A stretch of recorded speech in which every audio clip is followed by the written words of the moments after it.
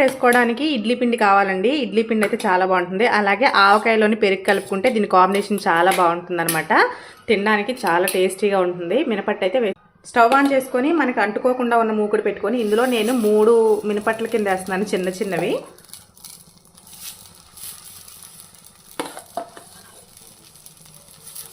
చాలా బాగుంటాయండి. పిల్లలకి ఇలా వేసి పెడితే చాలా ఇష్టంగా తింటారనమాట.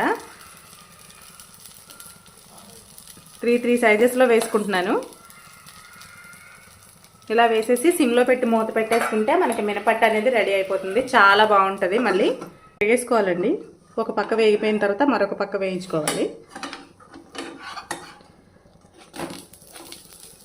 చూడండి ఎంత బాగా వచ్చినాయో. దీన్ని ఇలా కట్ చేసుకుంటే సరిపోతుంది.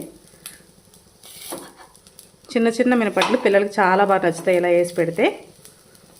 అయితే అయిపోయిందండి, ఇంకా తీసేసుకోవచ్చు. చాలా ఈజీగా ఉంటాయి. మనం ఇడ్లీ పిండిలో కొంచెం రవ్వ ఎక్కువ వేసుకుంటే సరిపోతుంది అనమాట.